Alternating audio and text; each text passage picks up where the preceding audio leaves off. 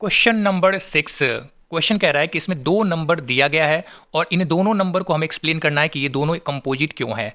तो कंपोजिट इसके लिए हमें समझना पड़ेगा कंपोजिट होता क्या है बच्चों। कंपोजिट क्या होता है? वैसे नंबर जिसके मोर देन 2 फैक्टर्स हो, जिसके क्या हो बच्चों, दो से ज़्यादा फैक्टर्स हो, उसको हम लोग कंपोजिट बोलेंगे। जैसे मैं एग्जांपल के तौर पे 4 एक नंबर है और इसके कितने फैक्टर्स होते हैं? 3 फैक्टर्स होते हैं टोटल, 1 2 और 4। 3 फैक्टर्स है, इसीलिए 4 क्या है? कंपोजिट है। तो सेम ऐसे ही हमें चेक करना है इन दोनों नंबर के लिए भी, क्या इन दोनों नंबर के पास 2 से ज़्यादा फैक्टर है, ये हमें चेक करना है। अगर होगा तो वो कंपोजिट होगा, सिंपल। तो चलो पहला नंबर देख लेते हैं। पहला नंबर हमारे पास है 7 इंटू 11 इंटू 13 प्लस 13, ये एक नंबर है। इसको कंपोजिट हमें यहाँ पे शो करना है। तो इसके लिए क्या करेंगे बच्चों, पहले हम यहाँ से प्लस को हटाएंगे। प्लस हटाने के लिए दोनों से 13 को कॉमन लेंगे, क्योंकि दोनों टर्म्स के पास 13 कॉमन है, तो इसको हम बाहर निकाल लेंगे। 13 बाहर निकलेगा बच्चों, तो बचा क्या फर्स्ट टर्म में? 7 इंटू 11 बचा, और प्लस यहाँ भी 13 निकल गया, तो यहाँ से बचा 1। अब इसको सॉल्व करेंगे तो देखो क्या होगा। 13 ये हो जाएगा 77 प्लस 1, ब्रैकेट के अंदर में इतना हो जाएगा। फिर इसको सॉल्व करेंगे तो हो जाएगा 78, ये हो जाएगा 78 और ब्रैकेट हटेगा तो मल्टीप्लाई हो जाएगा, तो बचा इतना।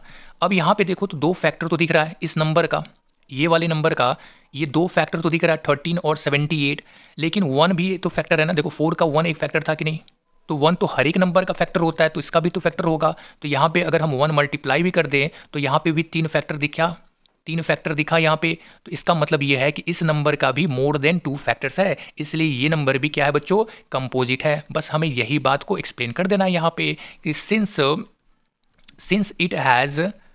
It has more than 2 factors, इसके भी मोर देन 2 फैक्टर्स हैं, इसलिए बच्चों इसको हम लोग बोलेंगे कि ये भी एक कंपोजिट नंबर है। बस कंपोजिट के लिए हमें मोर देन 2 फैक्टर्स ही देखना है।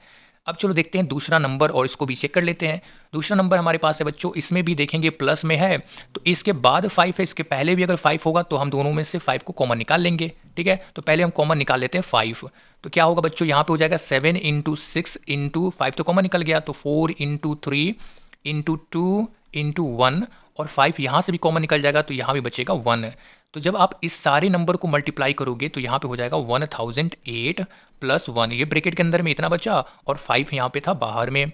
फिर इसको जब आप सॉल्व करोगे तो यहाँ पे हो जाएगा 1009, और ब्रैकेट को हटाओगे तो मल्टीप्लाई हो जाएगा। तो यहाँ भी हमारे पास 2 फैक्टर दिख रहा है इस नंबर का, इस टोटल नंबर का हमारे पास 2 फैक्टर दिख रहा है, और 1 इसमें मल्टीप्लाई कर देंगे तो टोटल 3 फैक्टर्स हो गया यहाँ पे, मतलब कि मोर देन 2 फैक्टर्स, इसलिए क्या हो जाएगा बच्चों, ये भी हो जाएगा कंपोजिट। तो सेम चीज़ हमें यहाँ भी वैसे ही लिख देना है और ये हमारा हो जाएगा सॉल्यूशन।